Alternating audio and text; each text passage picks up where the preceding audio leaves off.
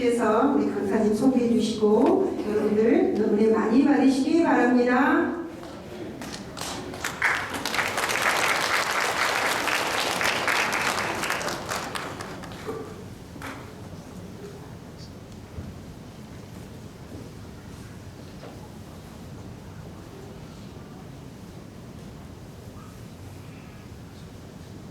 드디어 시간이 되었습니다. 주님을 내시겠습니다. 주님, 한입 박수 부탁드립니다.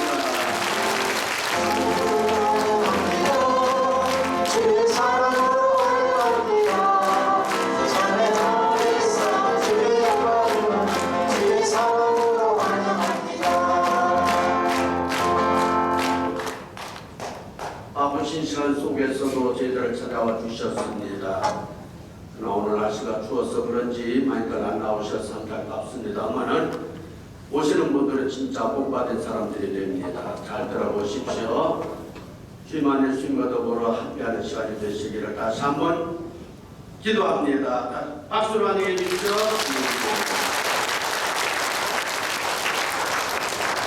네, 안녕하세요. 만나서 반갑습니다. 네, 아는 분들은 한번 저 아는 손 한번 들어보실래요? 다 아시네요. 네, 작년이 아니었죠. 올해 3월에 사순특강 때도 제가 다녀간 것 같습니다. 사순 비전 때도 다녀갔고요.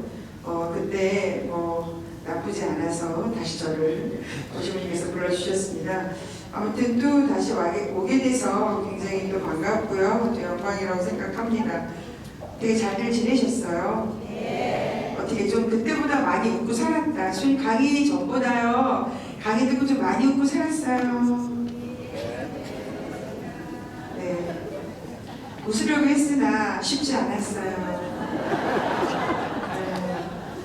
자, 그럼 예전보다 조금 믿음이 더 믿음이 좀 더 뿌리를 내린 것 같습니다. 네. 네. 별반 차이 없어요. 이들은 자동이냐? 자동. 그냥 말만 하면 올라가네. 네. 너무 사랑스러운 친구들이 앞에 있어서 수임이 너무 기쁘고요. 아주 힘이 부쩍 납니다. 여러분들 너무 예쁘고요. 여러분들이 복사죠? 하느님이 너무너무 예뻐하실 것 같아요. 여러분을 너무너무 사랑하신다는 거 믿으세요? 믿어요? 자, 나는 사랑받을 만하다. 복사들 중에서. 좋아요. 저는 조금 사랑받고 싶으나요? 아리까리 평소에 삶이 좀 따라주지 않아가지고. 네. 자신을 알고 있는 친구 몇 명 있네요. 아무 생각이 없다. 사랑하든지 말든지. 아유, 그냥 나오라니까 나오고. 네, 여러분의 자녀들입니다. 자녀들의 현주소 제가 보았고요. 정말 기쁩니다. 우리 친구들이 이렇게 앞에 있어서 아주 젊어진 느낌이 들고요. 왠지 친구를 만난 것 같아서 아주 기분이 좋습니다.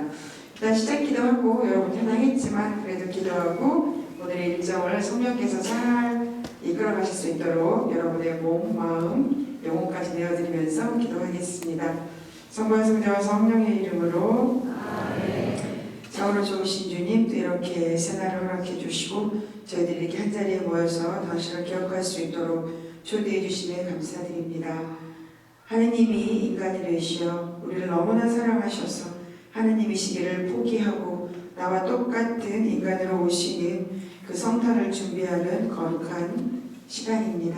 여기 있는 이들이 온전히 당신의 사랑을 깨닫고 그 사랑이 이들의 마음을 계속 지축해서 정말로 당신께서 주고자 하는 놀라운 축복과 사랑의 삶을 잘 걸어갈 수 있도록 이 시간 이끌어 주시고 두려움이나 억압이 아니라 참으로 우리 안에 있는 사랑이 당신께 대한 사랑 때문에 기뻐 뛰어서 사랑하며 살아갈 수 있도록 부족한 저의 입술을 통하여 당신의 말씀을 들려주시고 저희 모두가 한마음이 되어 당신을 찬양하는 자리가 될 수 있도록 오늘 하루 일정을 이끌어 주시고 당신 친히 당신 뜻대로 당신 계획을 이루어 주소서.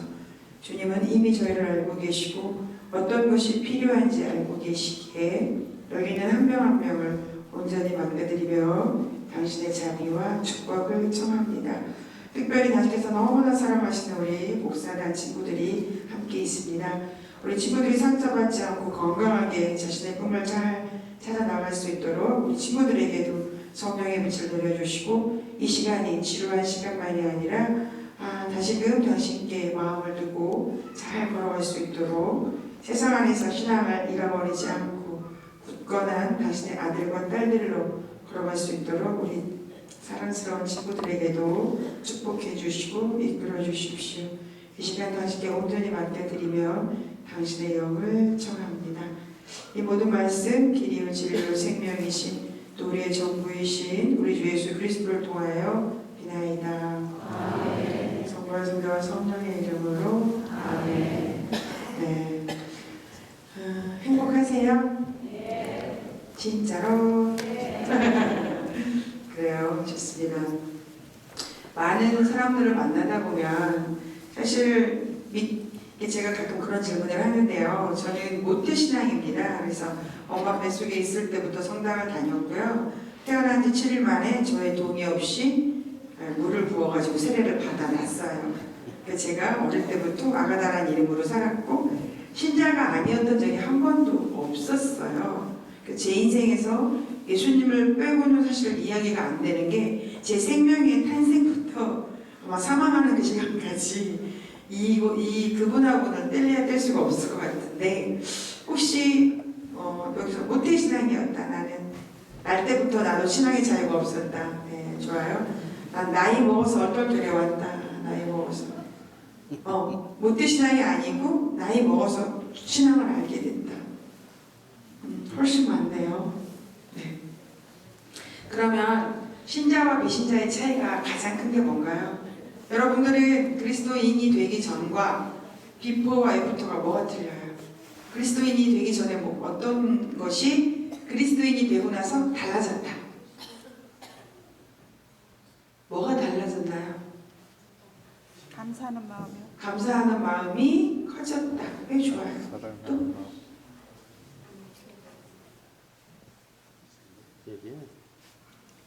사랑하는 마음. 꿀 드시고 오셨나 보네. 집안에 꿀 한 통씩 쏟아다가 한 숟갈 퍼먹고 오신 거 아니에요? 자, 그래도 크게 차이가 있을 것 같은데 저는 진짜 신자가 아니었던 적이 없어서 그냥 좀 제 삶의 여정 안에서 물론 그 길을 걸어가면서 좀 더 뿌리를 내리고 또 확신이 생기고 이런 것들은 있지만 믿지 않았던 적은 없어서 사실 잘 모르겠어요. 그냥 저는 쭉 예수님과 함께 쭉 살아왔던 사람이어서 초등학교 3학년 때 첫 영성치를 읽고 초등학교 중학교 1학년 때 견진을 했고요. 초등학교 3학년 때부터 포콜라르 이상을 살았어요. 그래서 말씀 살기라고 해서 생활 말씀이라고 한 달에 한 번씩 이태리에 지금은 돌아가셨지만 포콜라르 창시자 끼아라 누르기라는 분이 있는데 그분이 한 달에 한 번 생활 말씀이라고 성서 구절을 적어서 보내주세요. 그럼 그걸 가지고 한 달을 살아요. 말씀 살기라고. 저는 그렇게 살았어요. 초등학교 3학년 때부터 성서를 그 한 구절을 받으면 그래서 그거 읽고 그걸 실천하기 위해서 노력하고 살았던 어릴 때의 과거가 있어요. 네, 그래서 사실 신자가 된다는 거, 그러니까 그리스도인이 된다는 거, 그러지 않았을 때 정말로 큰 차이거든요. 일단은 예수님이 누군지 알게 되었다는 거죠. 내가 믿는 대상이 누군지 알게 됐다는 거.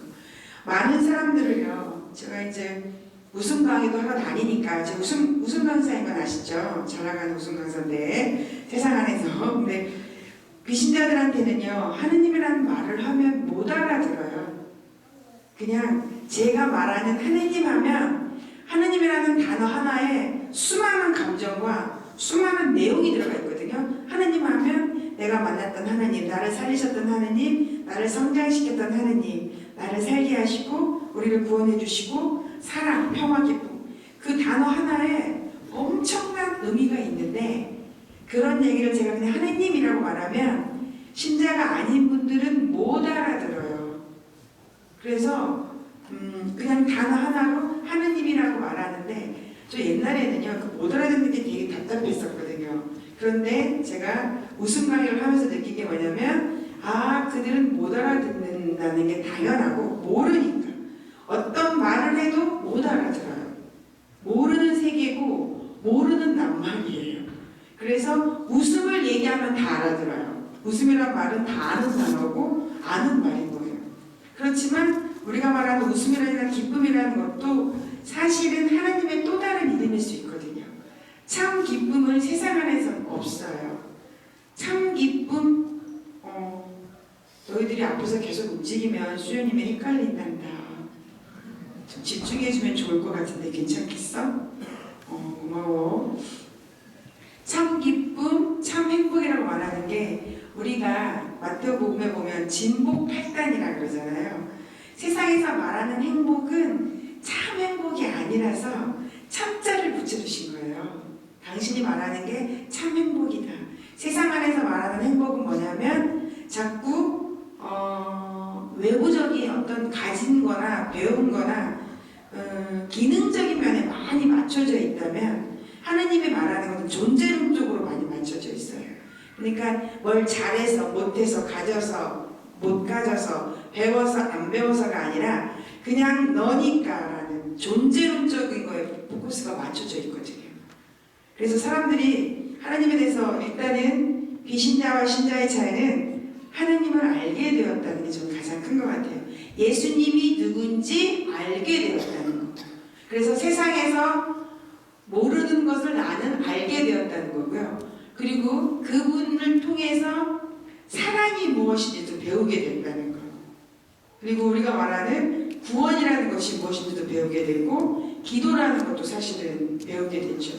제가 보니까요. 그때 메주골에 갔다 왔을 때 어떻게 했었냐면 기도한다는 것이 아무나 다 하는 게 아니에요.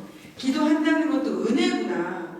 가끔 개신교 앞에 가면 뭐라고 써 있어요? 왜 걱정하십니까? 기도할 수 있는데 이렇게 써 있거든요. 아, 기도라고 하는 게 다 하는 게 아니구나. 여러분들이 달라진 건 예전에는 기도하지 않았을 거 아니에요.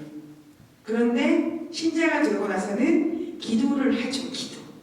그리고 기도할 대상이 명확하게 있다는 거고, 그리고 우리가 살아가는 삶의 목적도 그다음에 존재 이유도 훨씬 더 뚜렷하게 알게 되죠. 지금 여러분들이 어떤 시기를 지금 지내고 계세요? 대림 시기를 지내고 있죠. 대림 시기는 지금 무엇을 기다리는 시기예요? 그렇죠? 하느님이 인간이 되셔서 나와 똑같은 사람이 되어 오셨다는 그 주님의 성탄, 태어남을 기억하면서 기다리는 시기인데요. 사실 예전에는 제가 하느님을 안다고 말했어요. 얼마 전까지만 해도 하느님의 사랑은 막 무한합니다.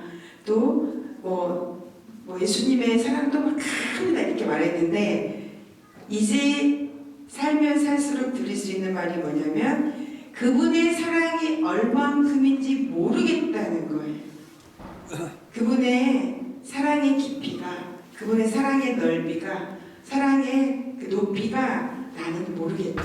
살면 살수록 느끼는 게 1이라는 숫자가 유한한 내가 무한을 담는다는 것 자체가 모순이라는 걸 깨닫게 됐어요.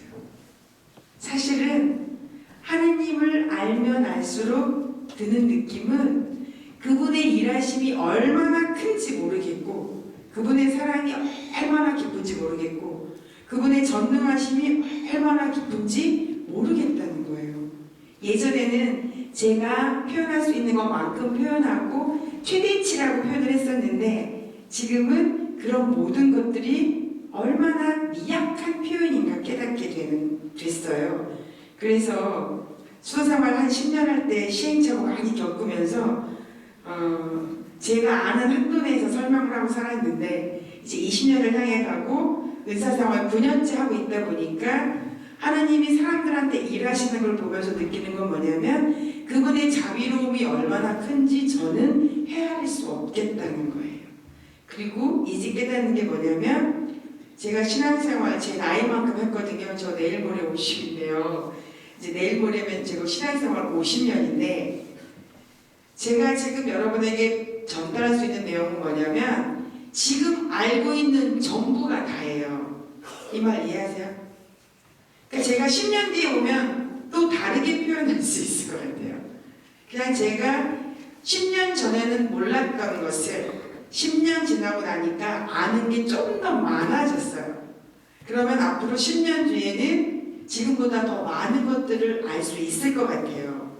그래서 제가 지금 드릴 수 있는 말은 내가 알고 있는 게 전부인데 무엇을 아냐면 내가 모르겠다는 걸 말씀드립니다. 그분의 사랑이 얼마나 큰지, 그분의 전능하심이 얼마나 큰지, 그분의 자비로움이 얼마나 큰지 옛날에는 막 설명했다고요. 주님의 사랑이 이만한군요. 모든 죄인들이 용서받고 막 이렇게 얘기했는데 그런 모든 표현들이 생활에 필요한 거. 1000만 분의 100만 분의 1도 주님의 사랑을 표현할 수 없다라는 것을 이제는 깨달아요. 그래서 수많은 성인 성녀들이 돌아가실 때 토마스 아퀴나스 성인이 신학대전을 쓰신 분이거든요. 신론을 되게 잘 쓰셔가지고 모든 사람들이 뭐 대단하다고 하셨을 때 하나님 예수님이 나타나셨대요. 하나님 나타나셔가지고 너무 수고했다고 내가 너에게 무엇을 해주면 좋겠느냐 그랬더니 붓을 분질렀다는 거예요. 그러면서 내가 썼던 모든 것은 쓰레기에 불과하다. 하나님 당신만으로 충분합니다라고 말했다고 해요. 그 엄청난 신학대전을 쓰신 신학교 신학생들이 뭐라고 하냐면 완성하다 말아서 그 정도라는데 완성했으면 자기는 졸업 못했을 거래요. 엄청난 통계진 때문에. 대단한 대학자도 하나님을 보고 썼던 붓을 분질렀다고요. 다 쓰레기에 불과하다고. 그러면서 하나님 한 분만으로 당신만으로 충분합니다라고 말했다고 하거든요. 베드레가 성녀도 예수님하고 참 많이 만났어요. 제가 대대성을 되게 좋아하는데 그분의 성인전을 보면 예수님이 모르겠어요. 사실인가 아닌가 근데 이제 화물경을 체험도 많이 하고요. 기도하다 보면 이렇게 천정에 붙여놨대요. 성녀를. 그러면 당신은 이제 안 올라가려고 여기 막 이렇게 장애틀을 잡고 그래도 위에다 붙여놨다 그래요. 근데 어찌되었든 그분이 썼던 책 중에 어떤 시가 있냐면 빨리 죽고 싶은데 못 죽어서 죽겠음이라는 시가 있어요. 빨리 죽고 싶은 거예요. 예수님하고 하나가 되고 싶어서. 그 사랑이 너무나 뜨겁고 일치하고 싶은 마음이 너무나 커서 빨리 죽고 싶은데 예수님이 안 내려가거든요. 65세까지 일시켜 먹었어요. 수아드레다 성녀는 24살에 내려갔는데 그러니까 그 시를 적었을 때 그때 제가 수녀원에 입회한 지 1년 안 돼서 그 책을 봤을 때는요 이거 다 뻥이야 이렇게 생각했어요. 하여튼 성인들은 좀 뻥이 심해 이렇게 하면서 그 시를 읽었는데 이제 이렇게 하느님 사랑이 얼마나 큰지 정말 조금이라도 알아가기 시작하니까 그 시가 정말이라는 것이 느껴져요. 그 성녀는 정말 빨리 죽고 싶었구나. 왜? 예수님하고 하나가 되고 싶어서. 그게 참말이라는 것을 이제는 느껴지고 수많은 성인 성녀들이 다 내려놓으면서 하느님 한 분만으로 충분한 얘기를 왜 했는지 이제 조금 알 것 같은 거예요. 예전에는 저는 수녀원에 가면 제가 포기한 줄 알았어요. 예를 들면 가정을 포기하고 명예를 포기하고 재물을 포기하고 갔다고 생각했어요. 근데 포기할 때는 뭐가 있냐면 약간의 억울함이 있어요. 이 말 이해하세요? 여러분이 신자가 돼서 내가 뭘 포기했다 그러면 약간의 억울함이 있어요. 그래서 내가 예수님 괜히 믿었나? 안 믿어서 확 해버치면 되고 싸우면 되고 좀 사기치면 되고 약간의 조금 더 거짓을 해서 더 이윤을 많이 만들면 되는데 예수님을 믿어가지고 약간의 억울함이 있을 수 있어요. 그런데 지금 깨닫는 건 뭐냐면 제 초창기 때 강의할 때는 저는 포기하고 왔다고 생각을 했어요. 뭘 포기하고 와서 내가 이러면 안 되지라고 표현했는데 제가 정확하게 드릴 수 있는 말은 뭐냐면 포기한 거 한 개도 없어요. 더 나은 선택을 한 거예요. 제가 아이들하고 이제 피정을 하거든요. 젊은이들하고 얘기를 할 때요. 요즘 젊은이들의 문제가 많거든. 젊은이들에게 아무튼 시대적인 문제가 많아요. 요즘 매스미디어들이 아이들이 곱게 자라게 해주질 않아요. 좋지 않은 영향을 주는 게 너무 많아요. 그래서 하지마 이래서 애들이 말을 듣지 않아요. 그런데 젊은이들하고 말을 해보면 어떻게 하냐면 1, 2, 3, 4, 5 예를 들어주고 네가 선택해 하면 그 중에 최고 좋은 걸 딱 선택해요. 이 말 이해하세요? 그러니까 하지마 그러면 그 말 안 들어요. 그러면 1, 2, 3, 4, 5 예를 들어서 이 중에 하나 골라 고민하다가 그 중에 최고를 딱 고른다는 얘기예요. 그러면 4개를 포기한 게 아니라 5개 중에서 최고 좋은 걸 나는 선택했다는 거예요. 이 말 이해하세요? 그러면 억울한 게 아니라는 거예요. 그 중에 최고로 나는 가졌다는 거예요. 제가 그걸 깨달았어요. 아, 내가 하느님께 초대받아서 성소의 길을 걷는다는 게 포기한 게 아니라 나는 가장 좋은 것을 물론 먼저 선택해 주셨고 나는 그것을 선택했다는 거였어요. 그러니까 억울할 게 하나도 없고 나는 가장 좋은 것을 선택했다는 거예요. 아, 밭에 묻힌 봄이란 얘기가 이거구나. 가진 걸 다 팔아서 몰빵한 거예요. 그 밭에다가. 이 말 이해하세요?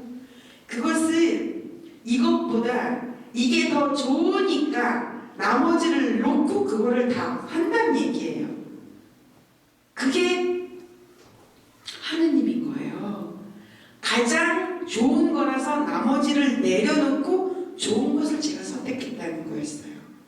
그러니까 이 삶이 얼마나 은혜로운 삶인가. 아까 제가 잠깐 저 체력 무슨을 얘기했는데 내가 누구를 만나느냐에 따라서 내 삶이 달라져요. 그리고 누구에게 발탁되는가에 따라서 인생이 틀려지죠. 근데 저는 아까 그랬죠. 제가 조폭한테 발탁됐으면 조폭밖에 안 됐을 거라고. 안 그래요? 조폭이 나를 데려다가 뭘 시켜도 조폭을 폭력배를 시켰겠죠. 내가 하느님한테 사로잡혀서 하느님의 사람으로 일하게 된 거는 최고의 부르심이고 최고의 부르심. 옛날에는요, 예를 들어 의사, 변호사 이런 사람들이 성소에 오면 좀 아까운 생각이 들었어요. 아, 이렇게 좋은 거 있는데 뭐하러 올라오냐? 그냥 그거 하지. 그런 마음이 들었거든요. 근데 지금은 그러지 않아요. 그 모든 것에 앞서 최고인 게 있다면 다 털어서 투자해, 투신해. 그래서 요즘 잘 나가는 애를 다 꼬셔가지고 사제 만들고 있어요. 박사 때려치기 해서 사제 만들고 있고 피아니스트인데 막 사제라고 하고 있고. 왜? 포기하는 게 아니라 더 좋은 것에 자신의 전부를 걸라는 거예요. 수많은 일들이 있고 수많은 삶의 양태들이 있는데 제가 살아보니까 물론 많이 안 살았지만 하느님보다 더 좋은 이름을 저는 아직까지 모르겠어요. 제가 알고 있는 총 지식을 동원해서 정말 하느님보다 더 좋은 분을 아직 못 만났기 때문에 저는 가장 좋은 분의 일을 한다는 자부심이 있어요. 최고의 진선미가 하느님이라는 거예요. 그러니까 여러분이 지금 그리스도인이 되었다는 것은요, 엄청난 사건인 거예요. 이 세상에 수많은 사람들이 있고 수많은 종교가 있고 각자 살아가는 방식을 다 다른데 일단은 그리스도인이 되었다는 거, 하나님이 먼저 여러분을 보시고 불러서 선택해서 당신의 자녀로 불러줬다는 것 자체는 특은을 입은 거예요. 특은. 왜? 최고이신 분이 나를 불러주신 거예요. 제가 종신서원 했을 때 그런 얘기를 했거든요. 무순이가 군에 들어가서 성문을 입었다서 중전이 되는 느낌이 들었었어요. 그러니까 제가 이제 얼마 전에 부산에서 젊은이 콘서트를 했었거든요. 이제 쉼 콘서트라고 해서 피아니스트랑 같이 노래하고 찬양하고 김재동처럼 토크 콘서트 형식으로 이렇게 말하고 그래서 한 2시간 반 정도 진행을 했었어요. 그래서 젊은들에게 말했어요. 정말로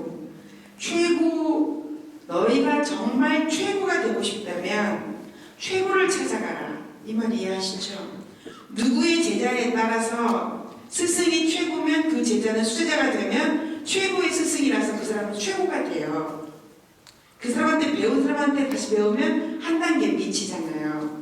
제가 지금 최성희 박사님의 심리학 강의를 듣는데 최성희 박사님하고 그 남편이 조백 교수님인데 상담가들이 이 선생님을 롤모델로 삼고 생각하고 있더라고요. 너무 존경하는 거예요. 그리고 이제 저는 누구인지 모르고 갔는데 이 분위기를 파악을 해보니까 이쪽 상담 업종에서는 상당히 권위가 있고 정말 인간적으로 따스하게 그 일을 하시는 분이셨어요. EBS도 많이 나오고 부부 상담 치료에서 최고의 같으면 국제공인 치료사고 그걸 자격증을 줄 수 있는 슈퍼바이저고. 저는 뭣도 모르고 갔는데 최고의 자리에 제가 있었던 거였죠. 아, 누구의 제자라는 것에 따라서 그 사람의 점수가 매겨진다면 내가 누구를 만나느냐에 따라서 여러분의 가치가 틀려진다는 건데, 하느님의 사람이 되었다는 거는요, 최고의 진선미이신 하느님 계열에서 주셨다는 것은 정말 큰 빽이라는 거예요. 그것도 뭣도 모르는 나를 당신이 눈여겨보시고 오게 해서 당신의 자녀로, 하늘의 시민으로, 상속자로 삼아주셨다는 것은요, 여러분 인생에서는요 정말 그렇게 큰 복이 없다라는 거예요. 그래서 열심히 하신 신자분들의 소망은 집 나간 아들, 딸들이 하느님의 집으로 돌아와서, 선생님 저 아무것도 원하지 않아요. 정말 많은 분들이 그렇게 얘기해요. 우리 아들이 뭐 교수 되기 원해, 이런 얘기 안 하시고요. 그냥 믿음의 자녀로 살았으면 좋겠어요.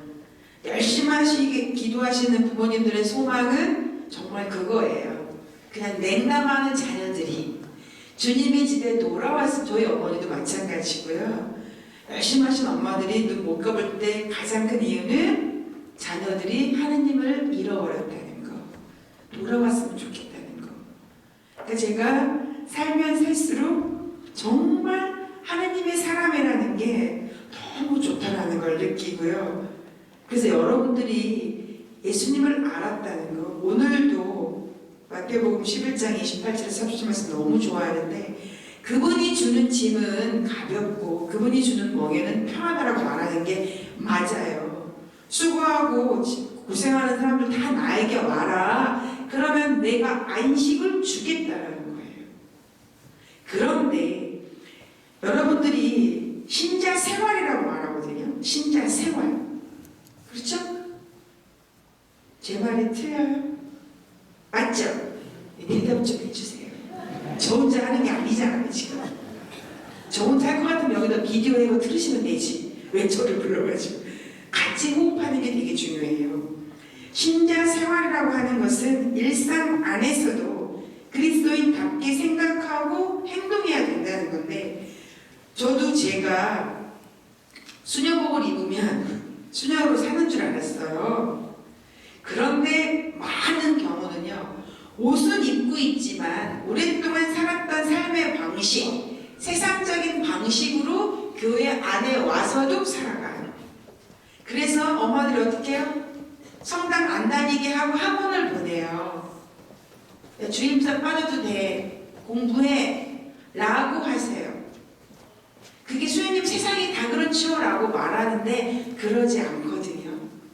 그러니까 신자 생활은 한다고 그리스도인이 되었지만 삶의 방식은 성당에 올 때만 신자고 집에 가서는 세상 사람들의 방식으로 살아가면서 하나님이 주시는 평안한 기쁨을 잃어버리고 사는 경우가 많다라는 거예요. 이거 깨닫는데 한참 걸렸어요. 저도 제가 수녀원에 살면 수도자답게 생활하는 줄 알았어요. 아니더라고요. 신부님은요, 사제로 죽어야 사제로 완성돼요. 서품 받으면 이제 시작이신 거죠. 사제가 무엇인지를 이제 사제로 살아가면서 배워요. 그렇지 않나요? 엄마는 애 낳으면 바로 엄마가 되나요? 애 키우면서 엄마가 뭔지 알아가시잖아요. 그리고 애들이 엄마를 철들게 하고 기도하게 하면서 아, 엄마라는 게 이런 거구나 라는 것을 엄마로서 완성될 때 사실 그 삶이 완성되는 거죠. 저도 처음에 수도복 입고 나올 때는요, 시작인 거예요. 근데 수도자로 삶을 신자들하고 제 수도원 안에서 살아가면서 수도자가 뭔지 배워가면서 조금씩 깨닫기 시작하더라고요. 영생 받고 나면 이제 시작인 거예요. 아, 내가 신자가 됐구나. 이제 시작인 거고요. 그래서 그거를 세상 안에서 예수님처럼 살아가기 시작하면서 그리스도인이 무엇인지를 살아가면서 배우면서 그 삶의 세상적인 껍데기를 벗어가면서 그리스도인으로 살아갈 때 그게 완성될 때 그리스도인으로 죽게 되는 거죠. 그래서 많은 분들이 면담을 하러 오면 사실 믿음의 눈으로 보면 답은 다 나와요. 그런데 와서 말할 때 보면 진짜지만 내용이나 그것에 해결책을 얘기하는 것은 세상 사람들하고 똑같아요. 제 말이 억지 같으세요? 와서 면담할 때 내용 보면 남편이 속쓰얘기해요. 헤어지고 싶어요. 다 밖에서 그렇게 살아요. 와서 제가 어떻게 하면 좋을까요? 어떻게 기도할까? 이렇게 묻기보다 못 살겠어요. 찾아와서 그렇게 말하는 사람들 되게 많고요. 주인님 우리 아들이 학교를 안 가요. 미치겠어요. 라고 밖에서 가르친 대로 개념 없이 그냥 그 따라가는 대로 정말 그렇게 살아가시는 분들이 많아요. 솔직히 얘기하면요. 요즘 법륜 스님이 뜨시던데 그분의 강의를 들으면요. 어려운 게 하나도 없어요. 보니까 고생하면 이렇게 고생하기 시키세요. 다 지목시에요. 왜 엄마가 그러세요? 그럼 끝이에요. 헤어지겠다면 헤어지세요. 살만하니까 붙어 계신 거잖아요. 왜 이렇게 얘기하시더라고요. 뭐 어려운 게 하나도 없더라고요. 네. 집에 있대면 대구 사세요 그냥. 어떻게 하겠어요. 그냥 큰 아들 줬다가 대구 사게 했지 이러면서 그분의 얘기 들으면서 정말 이렇게 어려운 게 하나도 없구나. 믿음의 눈으로 본다면 여러분들이 가지고 있는 어떤 문제들의 해결책도요 굉장히 단순해지고요. 사실 답이 나오는데 믿음의 눈으로 말하지만 그 밑에는요 세상적인 욕심이 다 붙어 있어요.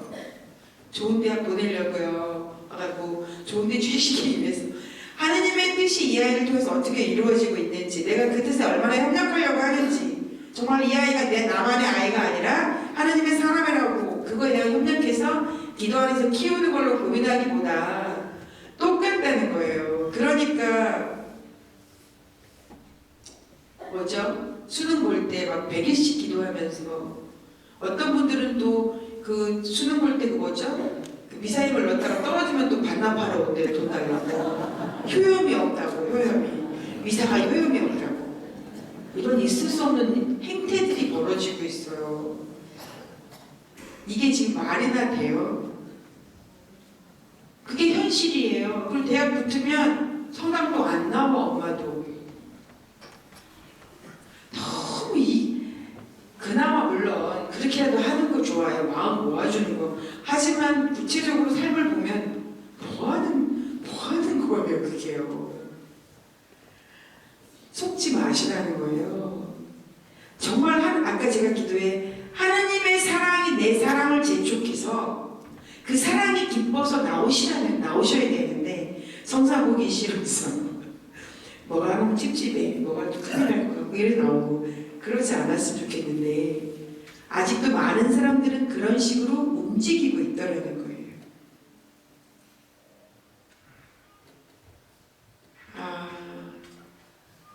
정말 그래서 끊임없이 생각해요. 내가 진짜 그리스도적으로 사고하고 있는가 아니면 세상적으로 생각하고 있는가. 기준이 말은 예수님이라고 말하지만 세상에서 요구되는 기준과 가치를 가지고 내 삶을 바라보고 있는가 아니면 하느님의 마음으로 하느님의 눈으로 내 삶을 바라보며 상대방들을 만나주고 있는가. 정말 여러분이요 참으로 하나님과 하나 되는 삶으로 돌아선다면 행복하지 말라고 해도 행복해요. 감사하지 말라고 해도 감사가 온 몸으로 올라올 겁니다. 왜냐하면 다 선물임을 깨닫게 되거든요. 일단 생명도 선물이고 태양도 선물이고 아이들의 미소도 선물이고 나무도 선물이고 비도 선물이고 다 감사하게 돼요. 그런데 세상을 살아가면서 세상의 가치대로 수님이 시집을 안 가봐서 그래요. 이렇게 말하는 사람도 저한테 있을 수 있어요. 애 키우는 게 이렇게 쉬운 줄 아세요? 저희 언니가 여러 번 저한테 얘기했어요. 되는 줄 알아? 시집을 안 가봐서 몰라서 그래. 원래 잘 나가는 강사임에도 불구하고 저희 집에서는 전혀 제 말을 듣지 않아요.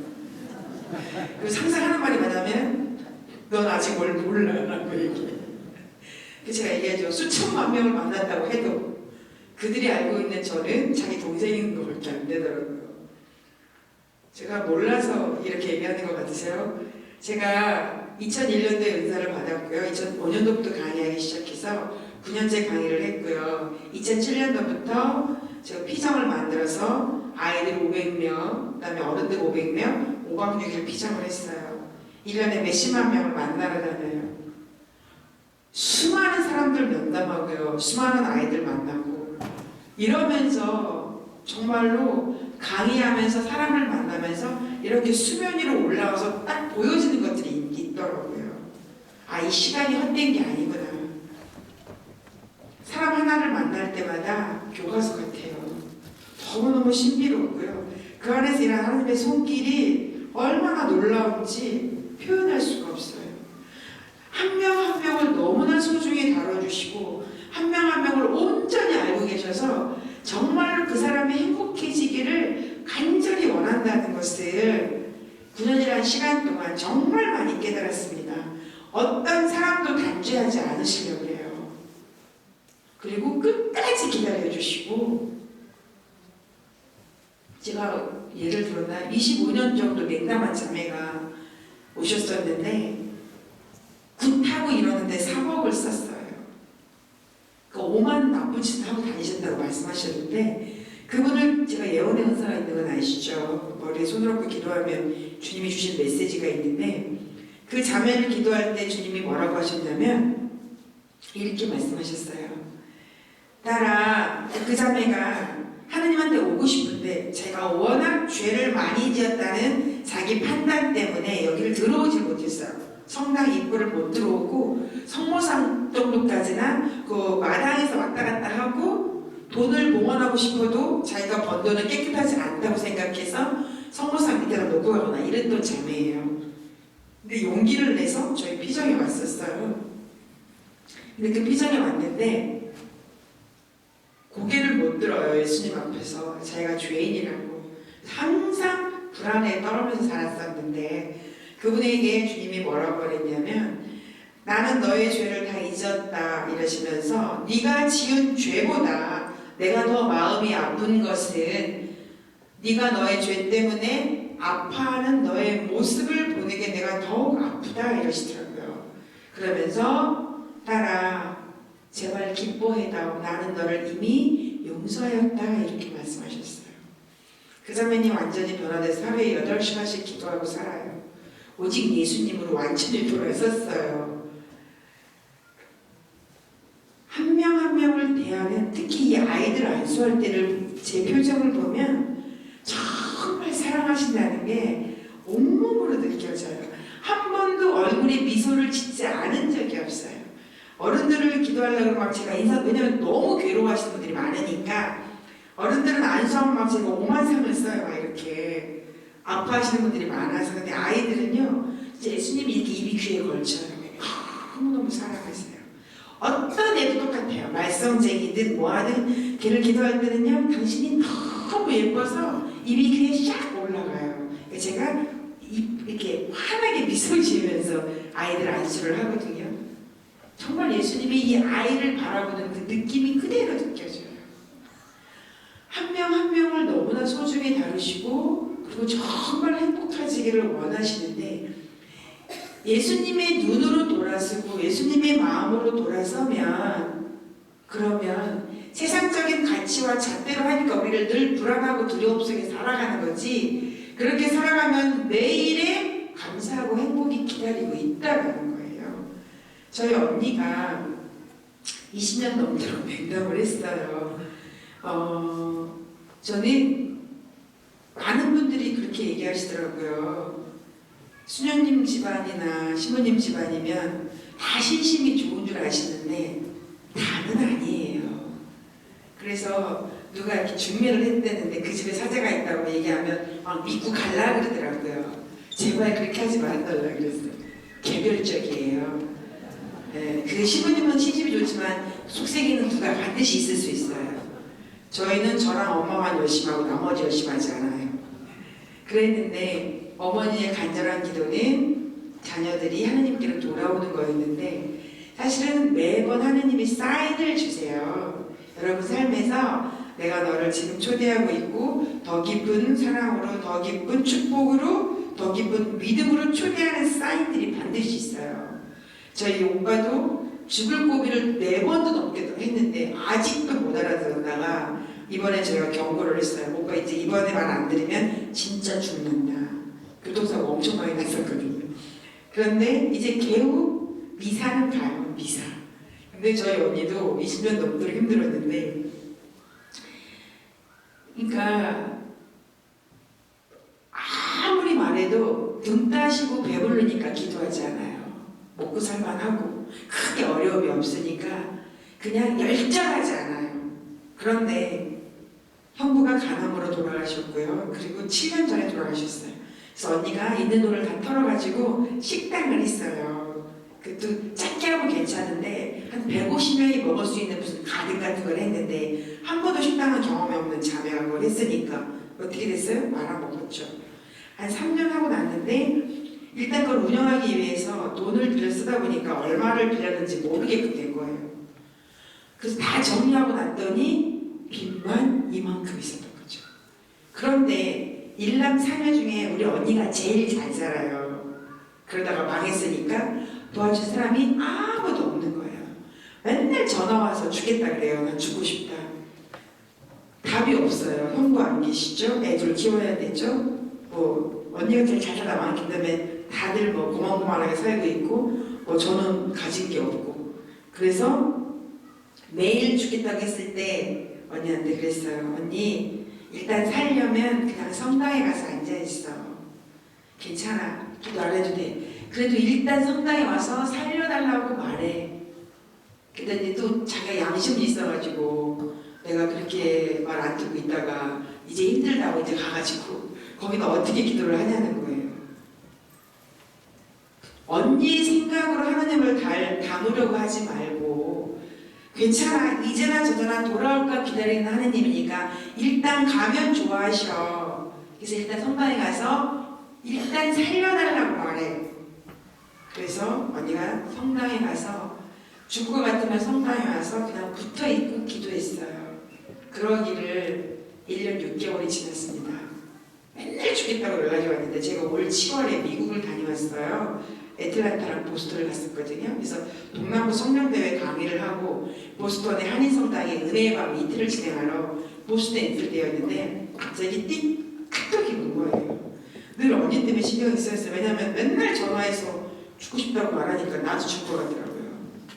그래서 전화가 오면 가슴이 두근거리는 거예요. 어떡하지? 이러니 예수님 이러시면 안 되잖아요. 그래도 내가 당신의 일을 하고 다니는데 이렇게 가족들이 속을 새기면 내가 편하게 일을 할 수 있겠어요? 정말 당신이 그러시면 안 돼요. 이러면서 여기다 협박하고 정말 이러시면 안 돼요. 이러시면 안 되잖아요. 이러면서 얘기하고 당신이 안 도와줘. 누가 도와줘 이 일을. 백도 없고요. 우리가 이때 땡이랑 당신밖에 없는데 어쩌라는 거예요. 수녀한테 뭐 어쩌라고요. 이러고 띡 날라온 거예요. 카톡이. 새벽 3시에 여기는 낮이었죠. 저 새벽 3시에 보니까 저한테 수녀님 나 살 수 있을 것 같아요 라고 문자가 왔어요.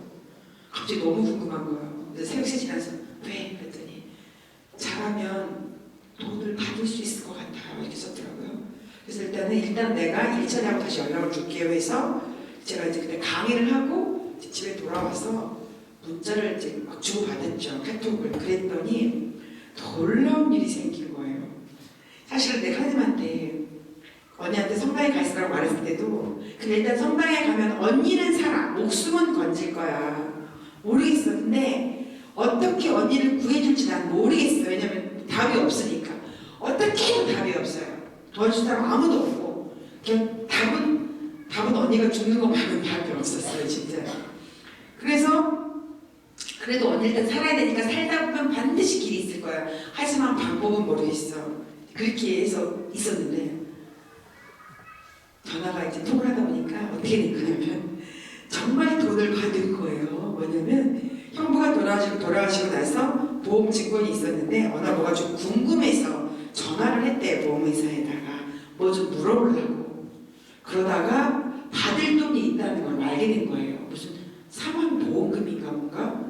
무슨 뭐가 있대. 암으로 죽어서 나오는 어떤 게 있었는데 그때도 자기가 일시불로 7천만 원인가를 받았대요. 그러니까 다 없다고 생각을 했는데 물어보지 않았으면 받을 수 없는 돈 물어봤다가 뭐가 있다는 걸 알게 돼가지고 마치 거짓말 같았는데 갔더니 돈을 주더라는 거예요. 빚을 갚은 만큼의 돈이 나왔어요.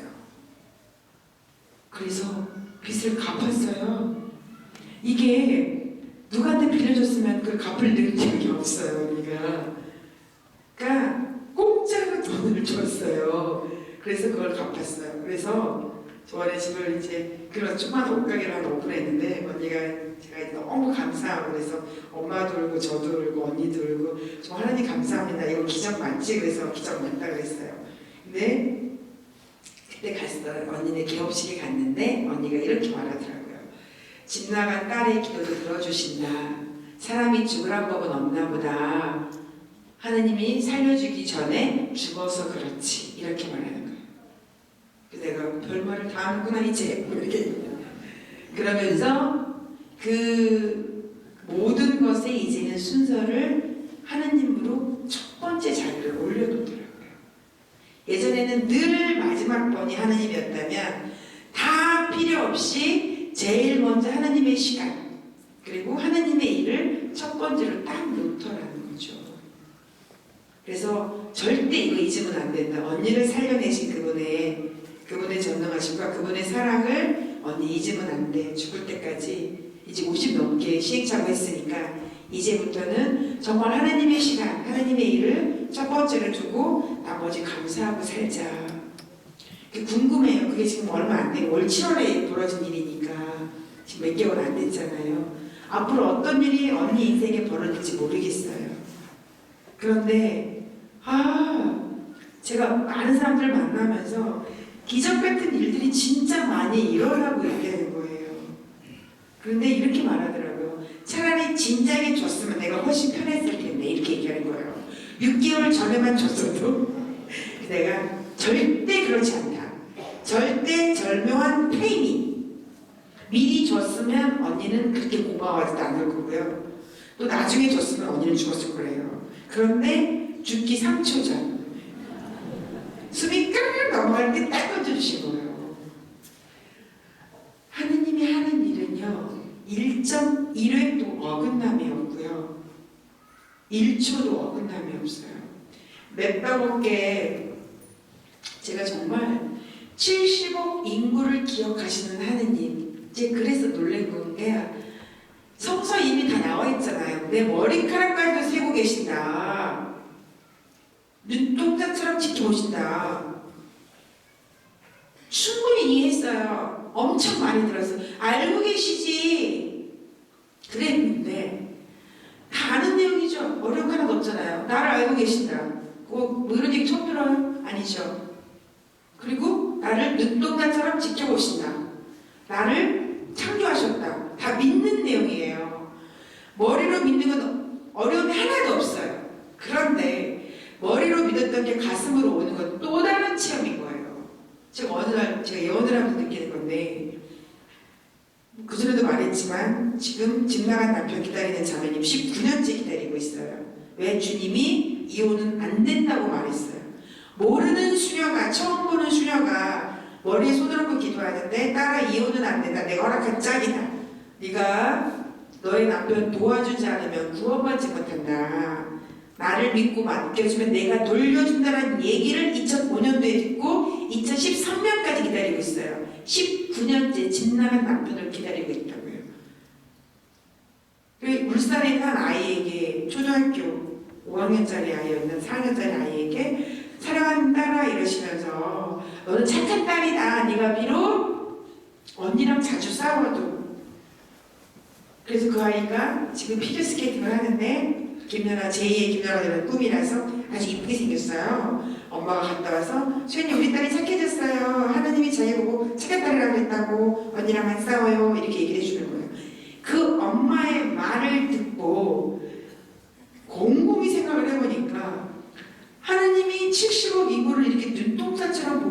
아이가. 그러니까 그 아이가 싸우는지 안 싸우는지 알 거 아니에요. 저는 모르잖아요. 처음 보는 수녀가. 애가 수많은 나라 중에 한국이라는 코리아라는 요따만한 나라에 울산이라는 자그마한 소도시에 10년 사는 아이를 눈여겨보고 있다가 말을 건네시는 하나님을 설명할 길이 없는 거예요. 70억 인구를 이렇게 눈동자처럼 지켜보고 있다라는 거예요.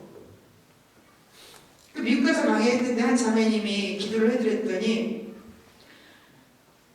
기도의 구혜자님이셨거든요.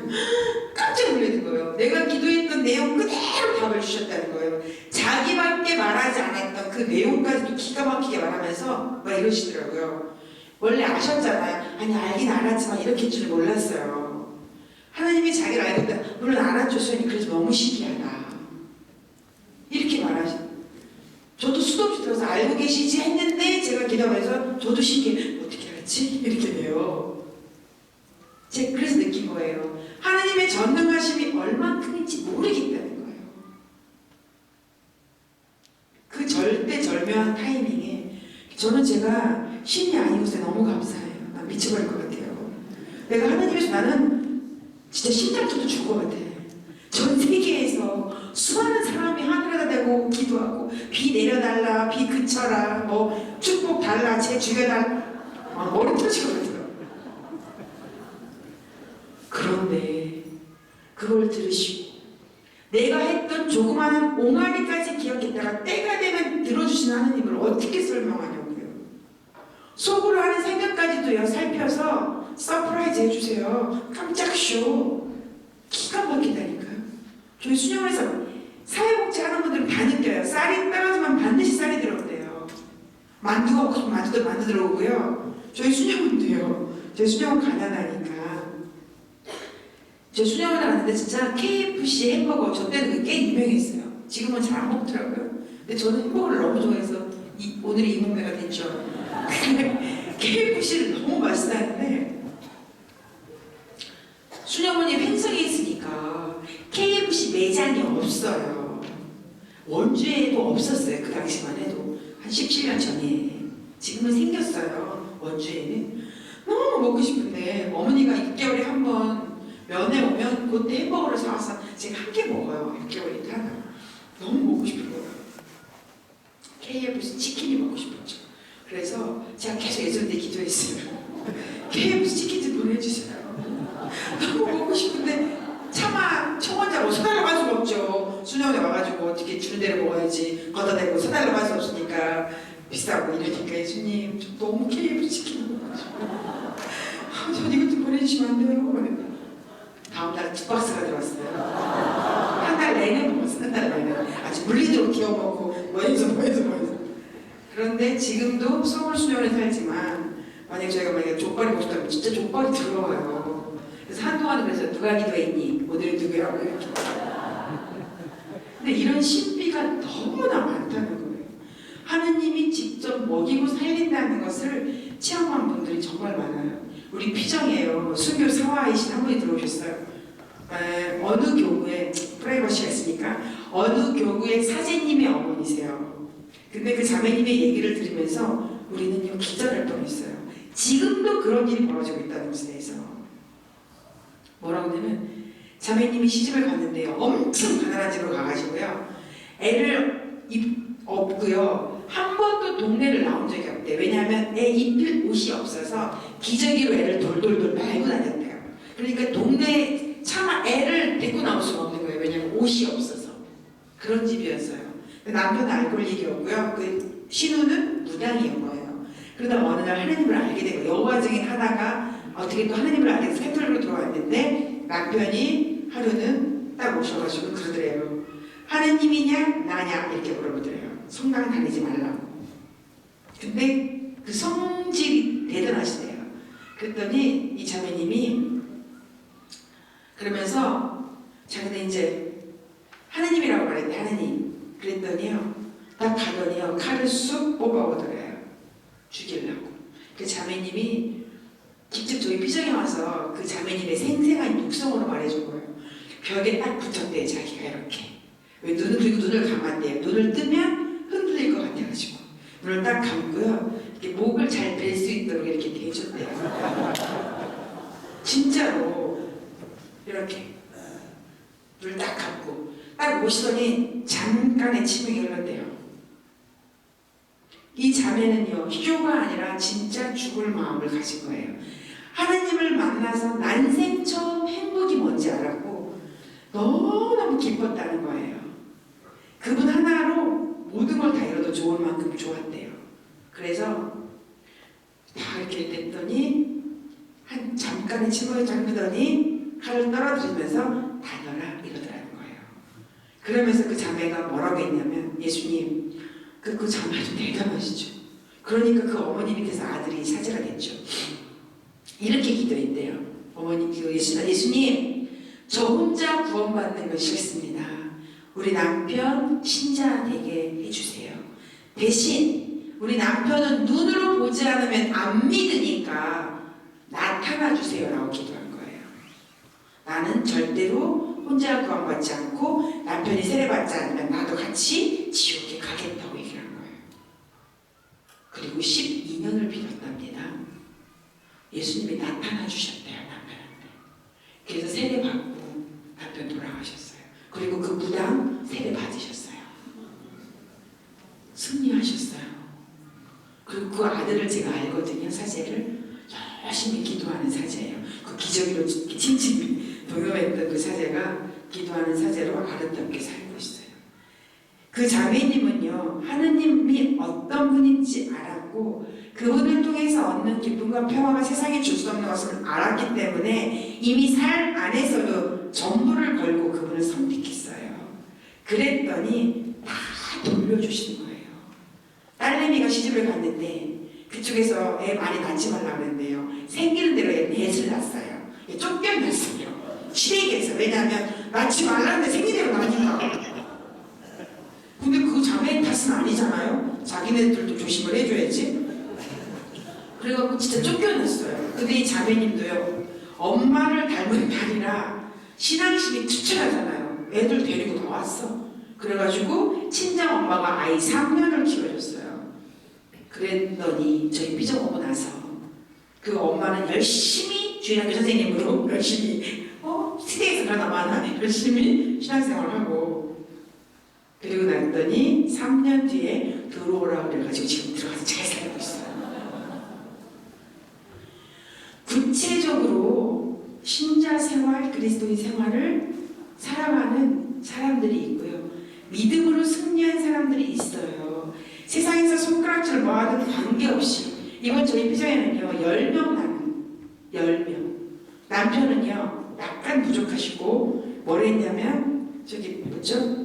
기도했어요. 직업이 없어서 전전공 하길래 그 자매님도 성당에 가서 기도했대. 예수님, 나 아무것도 바라지 않습니다. 당신 딸이 이렇게 남들에게 손가락질 받고 그리고 집 하나 없어서 힘드니까 그래도 우리 남편 성실하니까 꾸준한 직업 하나 주세요 했는데 청소부가 되신 거예요.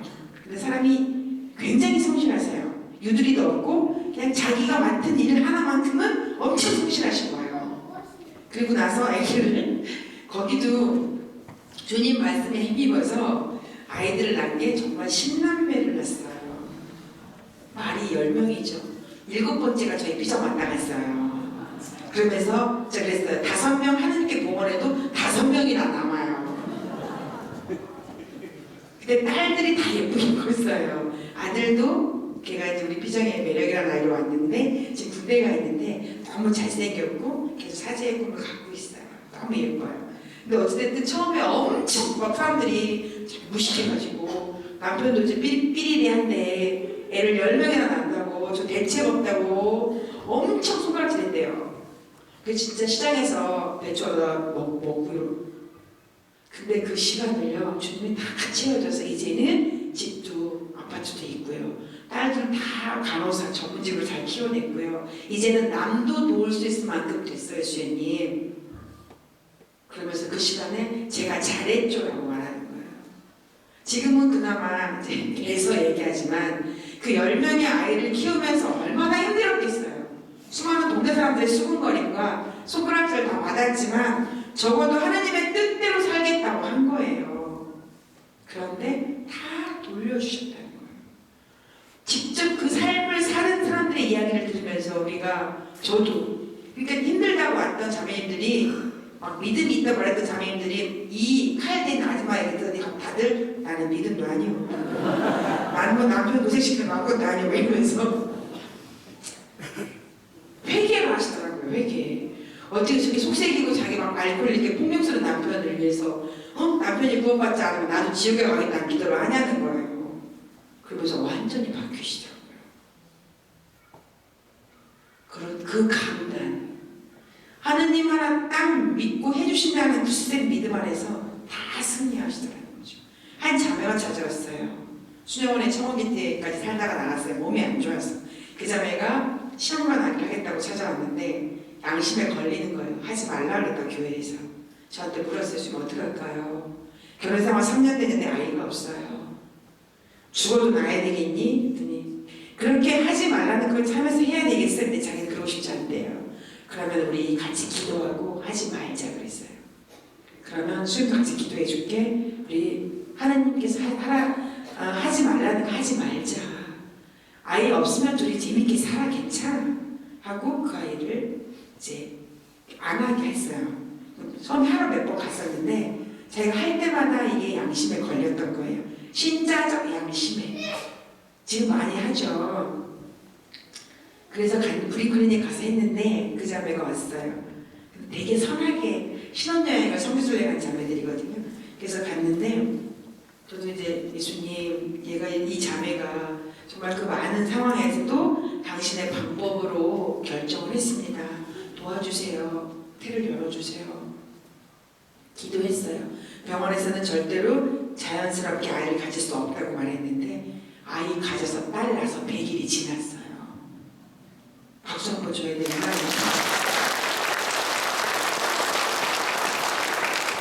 정말 예쁘게 원주에 사는 자매인데 그 귀한 딸이 나와서 신기하게도 건강하게 잘 자라고 있어요. 주시더라는 거예요. 그래서 제가 말하는 거예요. 여러분이 신자라고 하지만 많은 경우가 세상적인 거하고 걸쳐가지고 적당한 경쟁과 적당한 거 나와서 이렇게 잘 타협하면서 이쪽이 좋으면 이쪽에 붙었다가 이쪽이 약간 위험하면 이쪽에 붙어가지고 저쪽에 붙었다가 그러니까 불안하고 평안한 기쁨이 자꾸 사라지죠. 성당을 다닌다고 하고 기도를 한다고 해도 수연님 우리가 대학 떨어질까봐 전전긍긍하시고 취업 안 될까봐 전전긍긍하시고 왜 그러시냐고요. 좀 원대하게 봐라. 하나님께서 그 아이에 대한 꿈이 있다면 믿고 기도해주고 그 아이가 성실하게 살아갈 수 있도록 지지해주고 좀 믿음 안에서 굳건하게 좀 잘 기도해서 가면 되는데 그러지 못하시더라는 거예요.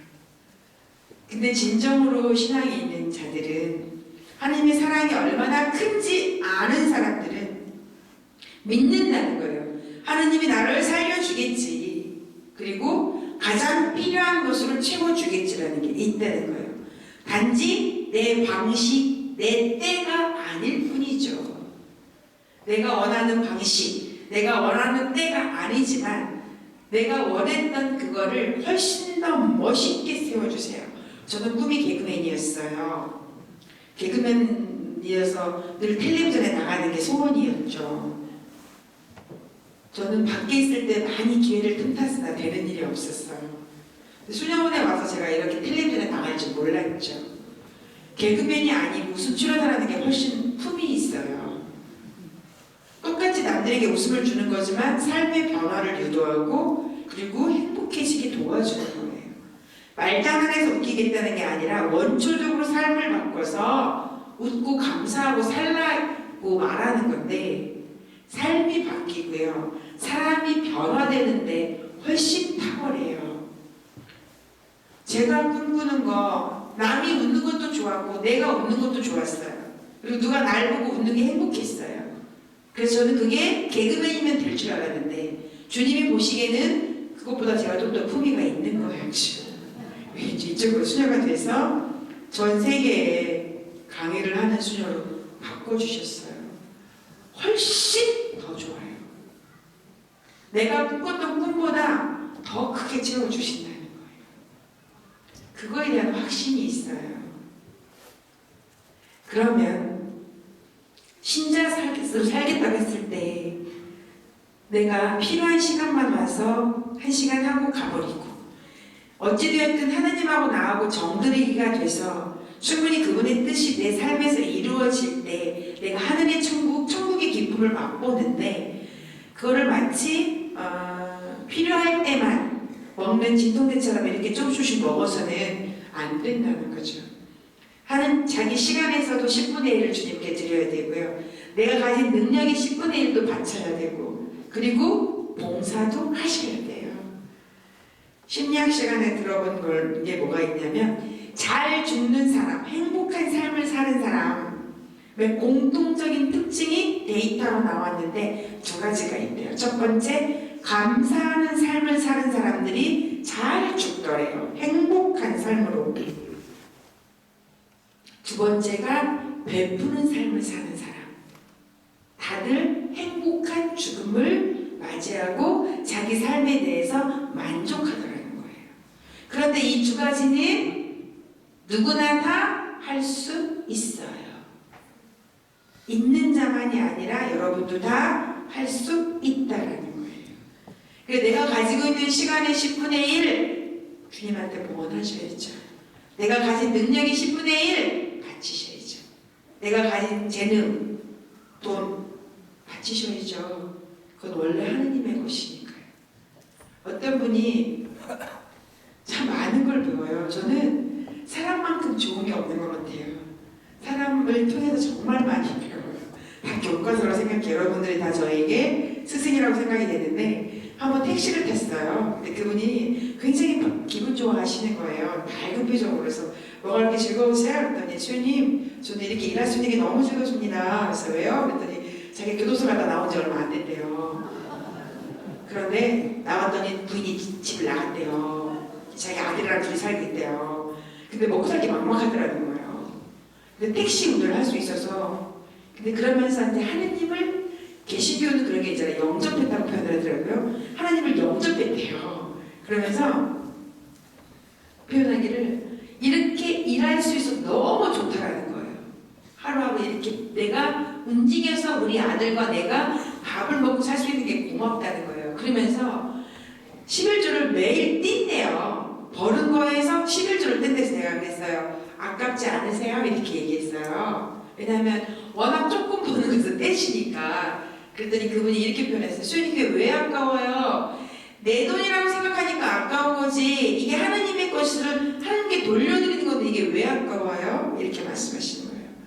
내가 10만 원 벌으면 이미 하나님이 당신의 목 가져갈 거 주신 거라는 거예요. 내 거니까 챙겨가려고. 원래 내가 가질 게 9만 원인데 하나님이 1만 원 더 자기 거 챙겨서 해서 자기가 가져가는 거지 내 거를 주는 게 아니라는 거예요. 주님 저는 이게 왜 아까워요? 아버지가 가져가시는데요. 이렇게 말씀하시는 거예요. 그 사람의 마인드. 그분의 마음은 내 거를 그분께 드린다는 게 아니라 하나님 거를 당신이 가져간다는 거예요. 원래 자기의 목숨 9만 원인데 주님이 당신 것까지 챙겨서 이렇게 10만 원에서 당신 거 떼어가는 거랑 당연히 들어야죠 라고 말하는 거예요. 방배동 쪽에 유치원에 가서 강의를 했는데 그 원장님은요 그렇게 표현하시더라고요. 제가 힘들었을 때 정말로 성당 유치원이 아닌 개인한 유치원인데 너무 분위기가 좋아요. 그래서 물어봤더니 무슨 강의를 했었거든요.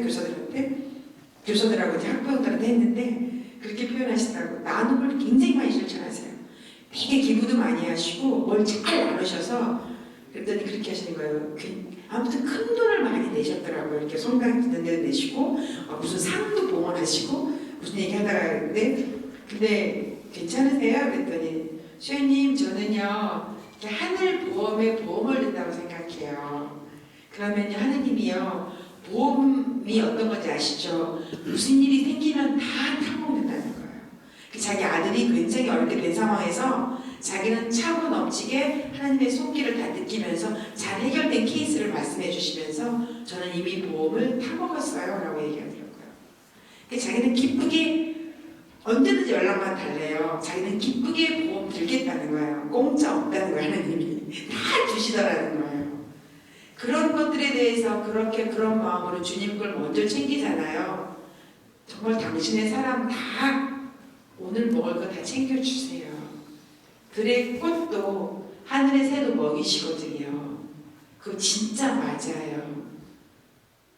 그런데 절대로 남게는 안 준다고 하시고요. 딱 그만큼만 주신다고 하시더라고요. 여러분이 지금 기다리는 대림식이죠. 예수님의 성탄을 기다리는 대림식이. 제가 말했던 것처럼 하느님이 어떤 분인지 안다면, 예수님이 어떤 분인지 안다면 내가 해야 된다는 당위성 때문에 움직이는 것이 아니라 그냥 그분이 너무나 좋아서 그분의 사랑이 내 사랑을 재촉해서 하지 않으면 안 되게끔 되었으면 좋겠다는 거예요. 이 말 이해하세요? 3명 이해하셨나요? 이해하세요? 네. 마지못해 내가 해야지가 아니라 내가 이걸 안 하면 안 되겠지가 아니라 하고 싶어서 미치는 거죠. 그래서 누가 말려도 좋아가지고 나오는 거죠. 수녀원에 보니까 저희 수녀님 한 분이 엄마 아빠가 신심이 돈독하진 않았어요. 남들 수련회 간다 막 박수 치면서 어머나 굉장히 집안에 큰일 경사하셨네요 해놓고 다시 딸 간다니까 엄마 아빠 이혼하란다 말고 말렸거든요. 그 자매님 집에 제가 성수대 담당할 때 갔는데 지금 얼마 전까지 저를 미워하셨어요. 왜냐면 딸을 꼬드겨서 데려간다고 생각을 하셔가지고. 근데 그 수녀님한테 그랬어요. 저희가 엄마 아빠가 너무 상심이 크시고 둘이 이혼한다고 하시니까 저희가 수녀님한테 수녀님 안 되겠다. 다음에 들어와라 그랬어요. 난리를 치시니까 부모님이. 근데 이 수녀님이 단호하시는 거예요. 이혼해도 할 수 없어요. 저 들어올게요. 들어온 거예요. 이혼 안 하시더라고요. 더 열심히 해주셨어요. 그리고 기도에 갈 때마다 아빠가 앉아 계셔 이러면서 어이없어요? 막 이러고 계시더라고요. 흔들리지 마세요. 내가 믿는 하나님이 어떤 분인지, 그분이 나를 어떻게 보살피시고 내 삶에서 나를 구원으로 이끌고 있는지 아신다면, 우리가 말하는 하느님이 하느님이기를 포기하고 당신 나와 똑같은 인간으로 와줬다는 것 자체가 이해할 수 없는 신비예요. 육화의 신비. 하느님이 나처럼 내려와 주지 않으면 우리는 하느님을 알 수가 없어요. 왜? 내가 그분을 헤아릴 수가 없어요. 단위가 틀려요. 무한이라는 숫자를, 무한을 어떻게 유한히 담을 수가 있겠어요? 창조주를 어떻게 피조물이 그분을 담을 수 있겠냐고요. 여러분이 아이랑 소통할 때 신생아 3-4달 된 아이한테 어떻게 말해요? 단답형으로 엄마가 맞춰줘요. 까꿍 애한테 50 먹은 아줌마들이 까꿍 유혹 해주지 않잖아요. 야, 옛날에 이런 일이 있었단다 이렇게 말하지 않잖아요. 밥도 맘마 이렇게 주고 그쵸? 길게 말하잖아. 이건 잡곡밥으로서 건강에 어떻게 이렇게 말하지 않는다고요. 충분히 지식을 전달할 수 있지만 제철에 먹는 게 좋단다. 신토불이야 이러면서 말하지 않는다는 거예요. 맘마 이렇게 먹이고 냠냠냠 이렇게 하고 그렇게 말해야 애가 알아듣잖아요. 수준 있는 사람이 내려와 줘야 되는 거예요. 그래서 사도 바울도 믿음이 있지만 믿음이 없는 자 소통할 때는 믿음이 없는 자로 내려와 준다는 거예요. 누군가 내가 소통하려고 그러면 내가 그 자세로 내려와 줘야 되는 거예요. 그래서 하나님은 내려올 수밖에 없어요. 왜? 우리가 말귀를 못 알아들으니까. 아무리 사랑한다고 말해도 두렵고 숨고 심판하는 하나님으로 아시니까 어떻게 말해도 못 알아들으니까 하나님이시면서 그거를 포기하고 한계를 지닌 아무것도 스스로 할 수 없는 나약한 아기로 그것도 가장 낮은 곳으로 구유로 말밥통에 소 돼지가 있는 곳에 놔주신 거잖아요. 사실 그 사랑을 안다는 것 자체가 담을 수 없어요. 내가 아무리 나비를 좋아한다고 나비가 될 수는 없고요. 내가 개를 좋아한다고 해서 개랑 소통하기 위해서 개가 되고 싶진 않아요. 우리의 신비, 그냥 들어서 그렇지 뭐. 그래, 아, 예수님 아기 오셨네. 사실은 그걸 헤아리기 시작하면 도대체 그분의 사랑이 얼만큼이면 그렇게 할 수 있을까? 도대체 얼마나 나에 대한 사랑이 지극하면 십자가 위에서 그런 모든 것들을 순환과 능멸을 다 받으면서 죽을 수 있었을까? 내가 뭐라고? 모르겠어요.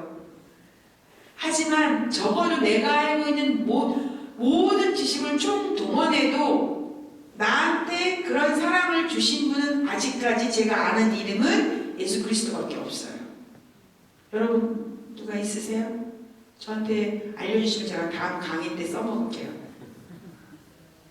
제가 살고 있는 제 삶을 통틀어서 그렇게까지 사랑한다고 고백하면서 전부를 내어주시는 신은 예수님밖에 없어요. 그래서 딴 데 갈 수도 없고요. 갈 마음도 없고 갈 수도 없고 네. 우리는 오직 예수죠. 나를 구원할 그 이름 예수 그리스도밖에 없다라는 거예요. 근데 그 사랑을 적당히 걸쳐서 어떻게? 세상적인 온만 그리스도인이고 생각, 사고, 뭐 행동, 말, 시선 이런 게 다 세상적이면 그분이 누렸던 하늘의 평화, 기쁨을 못 누린다는 거예요. 그래서 끊임없이 불안하고 두렵고 우리 대학 떨어지면 큰일 날 것 같고 뭐가 안 되면 계속 불안하고 이렇게 살아간다는 거예요. 엄마가 불안하면 애는 더 불안해요. 애를 보면서 계속 불안해하는 엄마는 애는 반드시 잘 안 돼요. 어떻게 표현해야 되나요? 말은요, 나를 표현하는데 7%밖에 안 돼요. 제가 이렇게 가가지고요, 정말 사랑하잖아요. 이렇게 눈빛만 보고 가만히 날 피한다는데 이렇게 아이를 제가 바라볼 때요, 이렇게 사랑의 눈빛을 바라보면 말하지 않아도 자기가 인정받고 있다고 느껴요. 그런데 막 불안해요. 애도 잘할 수 있겠냐? 괜찮아? 이런 식으로 엄마 아빠가 표현을 하면요, 믿는다고 나 널 믿어야 나 너 믿어 이렇게 말하면 애는 알아요. 엄마 아빠가 날 못 믿는다는 것을. 너 잘할 수 있어. 괜찮아? 꼭 전화해. 괜찮아. 모든 정보가요 온몸으로 나온단 말이에요. 진짜 믿음 있게 딱 믿으면요 그 힘이 사람을 끌어당겨요. 그런데 계속 불안해하면서 괜찮아? 내 기도할게. 엄마 기도할게. 열심히 전화하고.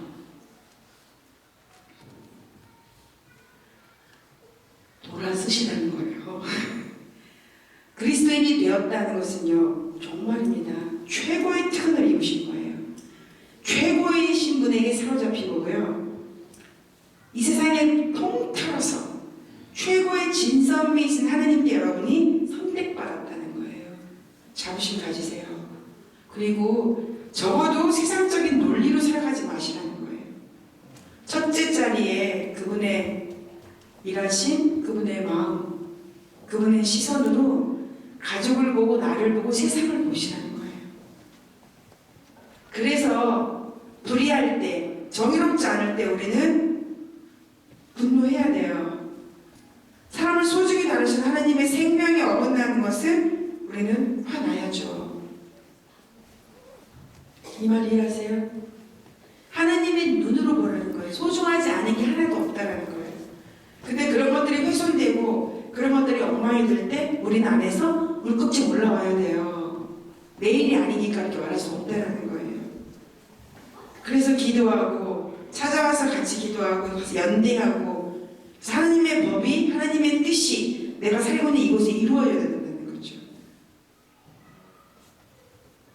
분명히 말씀드릴 수 있는 것은 하나님 살아 계시고요. 하나님의 뜻, 하나님의 방법이 이루어지고 있어요. 적어도 나는 그래서 걸치지 말고 바람 앞에서 항상 깨어서 내가 정말 그리스도답게 그리스도적으로 생각하는가. 누구보다 잘났다고 뻐기면 세상적인 가치를 갖고 있는 거고요. 많이 가졌다고 잘난 척하고 살면 그것도 마찬가지인 거예요. 세상적으로 가지고 있는 기준으로 난 너보다 잘났어라고 생각하고 사는 거죠. 하나님의 눈으로는요, 많이 가지면 더 나누라는 거고요, 많이 알면 가르쳐주라는 거예요. 먼저 아는 사람이 살아가라는 거예요. 다른 거 하나도 없어요. 있으면 나누면 되고, 모르면 가르쳐주면 되고, 힘들면 위로하고 손잡아주고요, 오는 사람 눈물 닦아주고 그러라는 거예요. 그래서 함께 가는 거예요. 하나님의 뜻, 하나님의 나라를 위해서. 그런데 분명히 여러분에게 드릴 수 있는 말씀은 뭐냐면 행복해져요.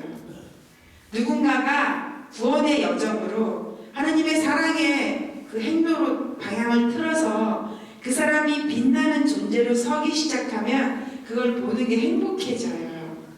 아, 이렇게 세우시는구나. 이렇게 하나님이 한 명 한 명을 소중히 다루시고 이렇게 세워주시는구나. 그리고 그렇게 세워주는 그 여정에 나라는 부족한 사람이 도구가 되었다는 것 자체가 신명나게 하더라는 거예요. 제가 그래서 피정을 7년 동안 하면서 힘들었죠. 말썽쟁이를 한 4, 50명 데리고 5박 6일 할래 봐요. 힘들어요. 여러분 한 명도 힘드는데 우리 40명 데리고 하려니까. 그런데 그 아이들이 하나님을 향해서 미소 짓고 사랑한다고 말하고 이럴 때 진짜 행복해져요. 세상이 줄 수 없는 평화와 기쁨과 행복을 주님은 여러분에게 주고 싶어 하시고요. 주고 싶어서 부르셨어요. 그리고 신난해하지 말고 살랑해하지 말고 믿고 살아라.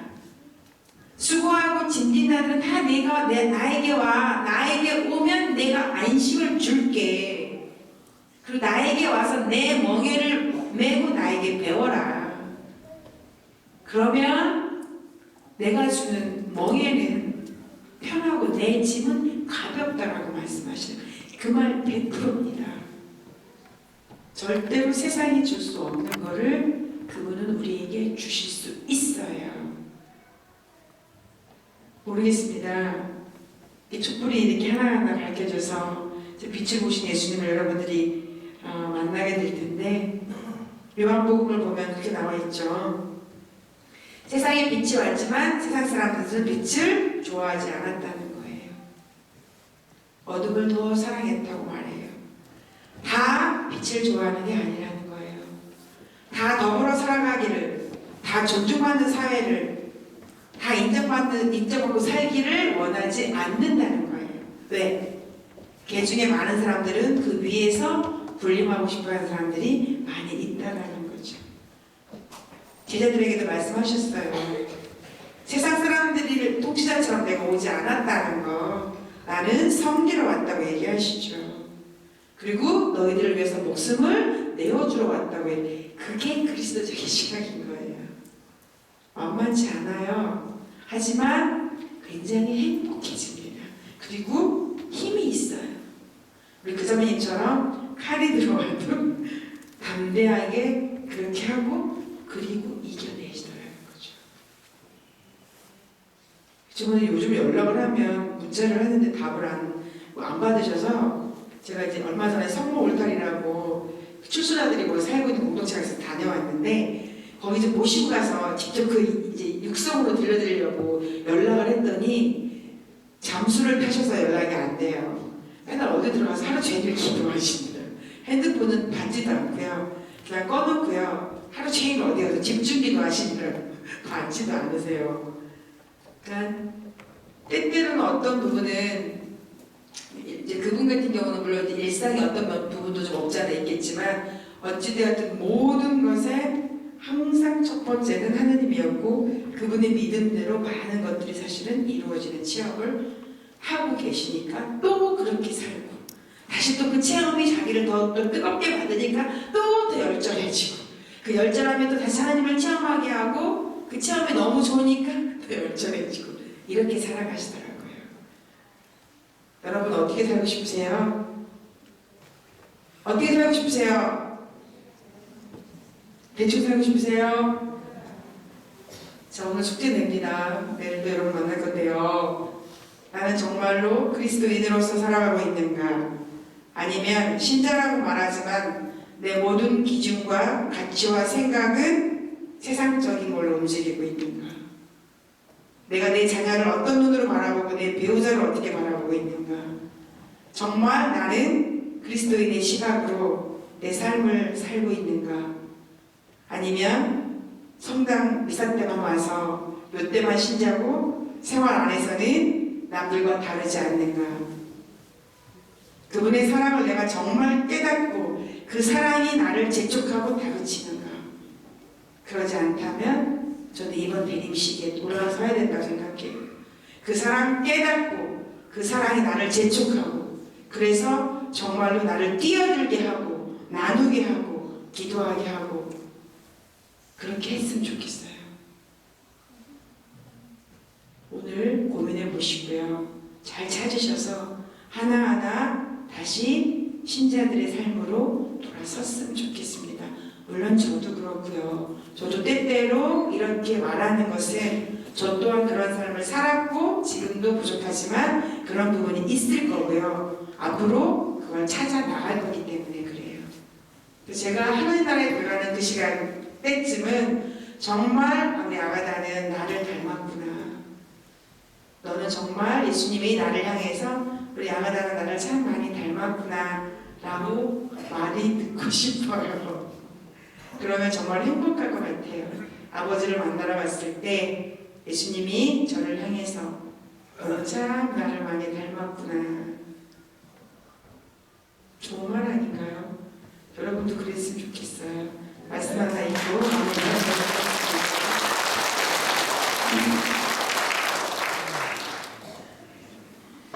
어제 복음이 저는 너무 좋아서 읽어드릴게요. 영원한 게 그거밖에 없다는 것 때문에 이사야서 40장 말씀입니다. 한 소리가 외친다. 너희는 광야에 주님의 길을 닦아라. 우리 하느님을 위하여 사막의 길을 곧게 내어라. 골짜기는 모두 메워지고 산과 언덕은 모두 낮아져라. 거친 곳은 평지가 되고 험한 곳은 평화가 되어라. 이에 주님의 영광이 드러나리니 모든 사람이 다 함께 그것을 보리라. 주님께서 친히 이렇게 말씀하신다. 한 소리가 말한다. 외쳐라. 무엇을 외쳐야 합니까? 하고 내가 물었다. 모든 인간은 풀이요 그 영화는 들의 꽃과 같다. 주님의 이름이 그 위로 불어오면 풀은 마르고 꽃은 시든다. 진정이 백성은 풀에 지나지 않는다. 풀은 마르고 꽃은 시들지만 우리 하느님의 말씀은 영원히 서 있으리라. 보라, 주 하느님께서 권능을 떨치며 오신다. 당신의 팔로 왕권을 행사하신다. 좋으신 주님 감사드립니다. 그렇습니다. 당신께서 우리를 사랑으로 창조해 주셨고 또 당신의 숨결을 통해서 매일매일 저의 삶을 생명으로 채워주셨습니다. 이사야 예언서의 말씀처럼 우리들은 들의 꽃과 같습니다. 풀은 마르고 꽃은 시듭니다. 당신의 말씀만 영원하십니다. 흘러가는 많은 것들의 마음을 빼앗기지 않고 당신 나라와 당신 뜻, 당신의 영광을 기억하며 영원하신 당신을 마음에 품고 그 삶으로 돌아서기를 저희도 마음 먹습니다. 때때로 수많은 것들이 서로 섞여서 우리를 혼란스럽게 합니다. 하느님을 믿고 따른다고 말하면서도 세상적인 잣대를 가지고 때때로 불안하고 걱정하며 삶을 살아갑니다. 당신께서 돌아가시기 전에 말씀하셨습니다. 마음을 산란하게 갖지 말라. 내가 주는 평화는 세상이 주는 평화와 다르다. 내 평화를 너희에게 주고 간다 라고 말씀하셨습니다.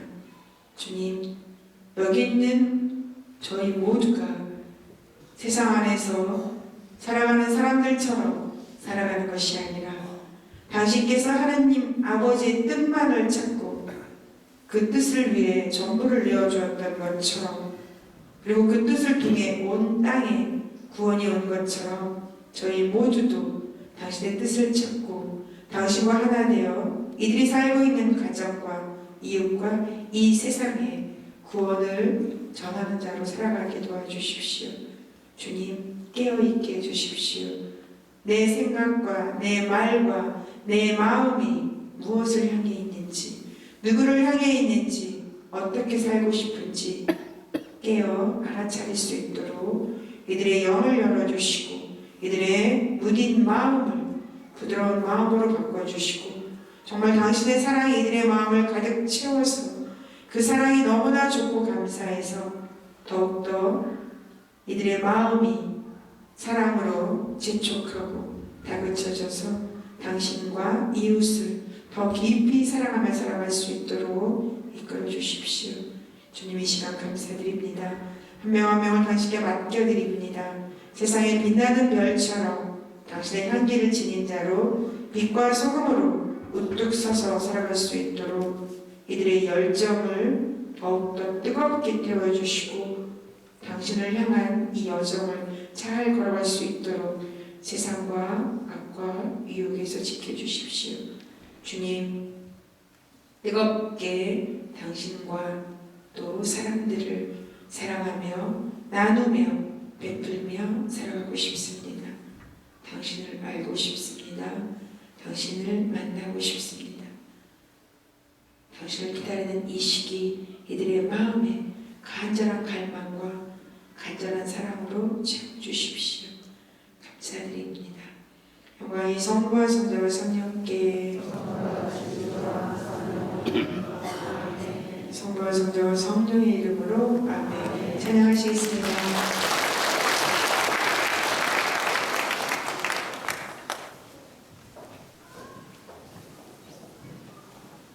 우리 수님께 뜨거운 박수, 사랑의 박수 해드리도록 하겠습니다. 감사합니다.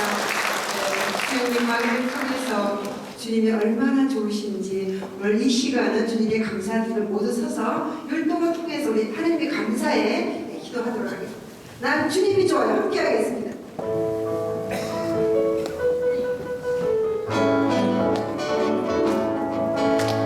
많은 사람들은 참된 진리를 모른 채 주님 곁을 떠나갔지만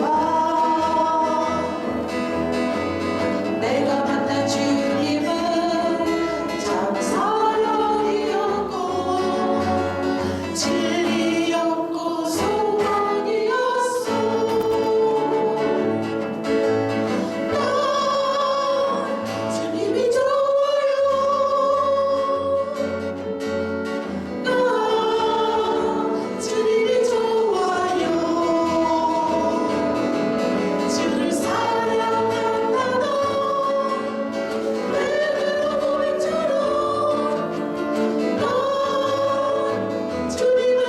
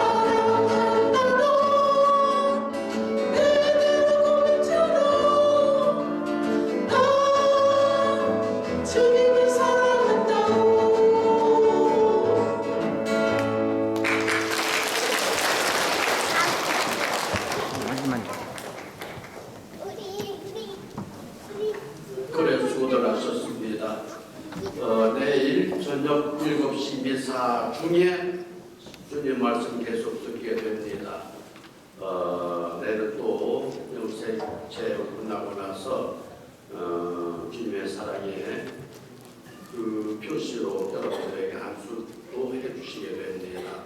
어쨌든 날 기쁘게 나와주시고 마지막까지 잘 경청해 보십시오. 옛날에 해드렸던 말씀이 있었습니다. 어느 날 사형수가 굉장히 행복한 날이었었는데 이 양반은 눈물을 주르륵 흘리고 있었습니다. 그날은 미국 대통령이 취임하는 날이었습니다. 취임현장을 그렇게 중계하는데 다른 사람들은 다 기뻐했습니다만 한 죄수만큼